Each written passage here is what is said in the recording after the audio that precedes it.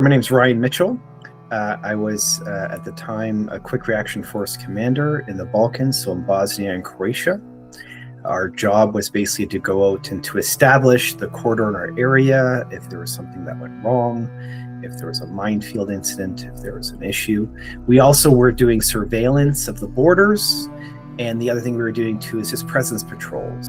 What was it like back then for families of deployed soldiers? So it's quite interesting because a lot of times, even my kids, I try to explain that to them now too, with all the instant everything that we get.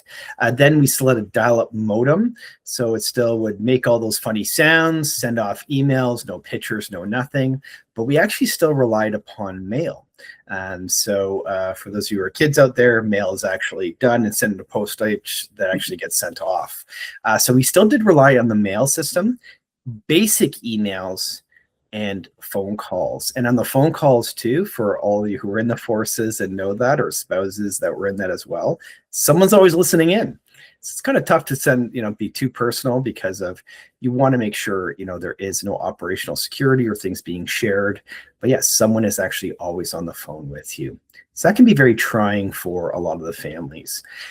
We are actually speaking with General and Senator Romeo Dallaire about that when we were on one of the battlefield bike rides, actually with Paul Hale as well, actually in the Balkans. And he actually said something quite fascinating. So I got to give him credit, and the wonderful man that he is. He said in World War I, the average letter took about 3 to 6 months to get there. World War II, about 3 months. Korea got to about a month. It's kind of funny how it backtracks. Some of ours still took 4 to 6 weeks. But now the instantaneous of email or phone with FaceTime, even this with Google Meets, or it's real time, and the family is real time on deployment with that soldier.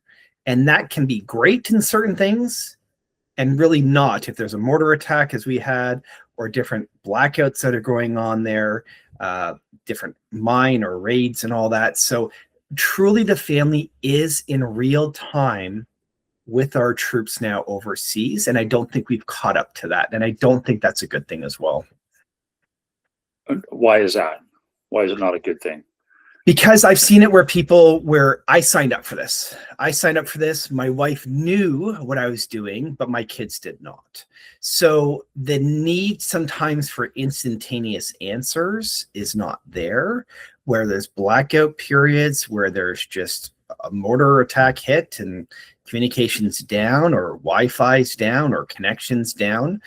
One time I was seconded for a 2-week private assignment. We were told do everything normal, but we couldn't talk, go home, do any calls or anything. Well, then that's not normal. Some of the families like, what happened?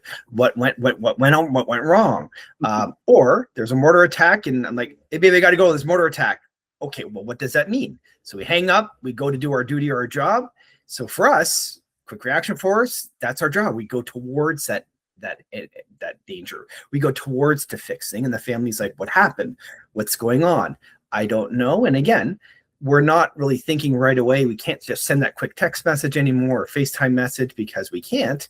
Our job is to go do that security. So that's where I think that instantaneous information, even in the media, even in the news side, is not good, because that strategic corporal we have, or commander, or anyone making that quick comment or quick thing that can be spliced or diced, it's very, very dangerous. So really, the family is there on the front line there. And a lot of people do need to know the mental health issues of that, the communication side of that, and also how do we prepare our families and kids that definitely did not sign up for this with the reality of a 6-month, 8-month, 12-month deployment. Yeah, it certainly sounds like these instantaneous communications, as you've described, can lead to heightened expectations, heightened anxiety for the people back home. Yeah, and for all of us who do know or have been there, that is a big onus on families, which I don't think anyone's picked up. And so that's why we spend a lot of time, my wife and I, in a lot of different great organizations. Paul Hale's done it too, with mental health readiness before deployment. And I think they're trying, and they're trying it well, but it's a whole instantaneous. I mean, you look at it too with even commercials or TVs. We used to be able to watch a 3-minute commercial. then a 1-minute commercial. Now, most commercials, if it's more than 15, 20 seconds, people shut it off for 5 seconds. Like our time span, our attention span's just gone down. So when we're doing those communications, it's really got to be setting those expectations.